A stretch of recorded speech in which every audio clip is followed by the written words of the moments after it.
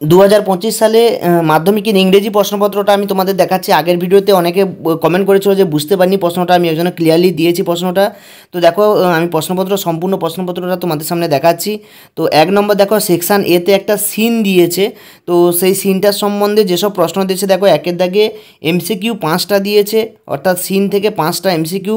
এবং 3 নম্বর পেজে দেখো, 3 নম্বর পেজে এখানে সিন থেকে বির দাগে 3টে এসএকিউ প্রশ্ন, ছোটো প্রশ্ন 1 নম্বরে দিয়েছে। তারপরে দেখো এখানে টু ফলস থেকেও দিয়েছে 4 নাম্বার, ঠিক আছে। টু ফলস এখানে স্টেটমেন্ট দিয়ে লিখতে বলেছে, 4 নাম্বার দিয়েছে। এবং এরপরে একটা পোয়েম থেকে দিয়েছে, পোয়েম থেকে এখানে এমসিকিউ প্রশ্ন 4টে দিয়েছে। এবং তার পরের পেজে আমরা চলে আসছি, তার পরের পেজে দেখো এমসিকিউ প্রশ্নগুলো দেখা যাচ্ছে। বির দাগে 2 নম্বরে 2টো দিয়েছে 4 নাম্বারের।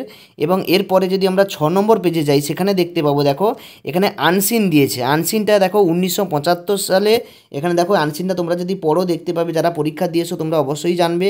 1975 সালে যে উড়িষ্যার যে ক্রোকোডাইল প্রজেক্ট যে তৈরি হয়েছিল, তার সম্পর্কে একটা আনসিন দিয়েছে, ঠিক আছে।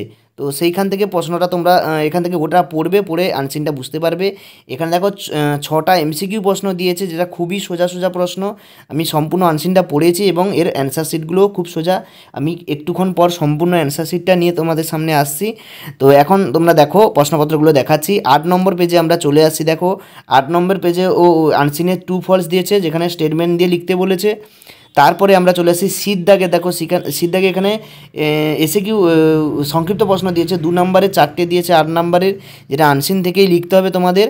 এরপরে আমরা সেকশান বিতে চলে আসি, যেটা গ্রামার অ্যান্ড ভোকাবুলারি দিয়েছে। সেখান থেকে প্রথমে দেখো এখানে বিভিন্ন রকম প্রশ্ন দিয়েছে। 5এর দাগে দেখো এখানে 5এর দাগ, 4এর দাগ, 5এর দাগ। এবং তারপরে আমরা 10 নম্বর পেজে যদি চলে আসি দেখতে পাবো বির দাগে দেখো এখানে 3টে গ্রামার থেকে দিয়েছে, ভয়েস চেঞ্জ দিয়েছে, যেখানে ইনডাইরেক্ট স্পিচ দিয়েছে, ঠিক আছে। তারপরে সিম্পল সেন্টেন্সে করতে বলেছে।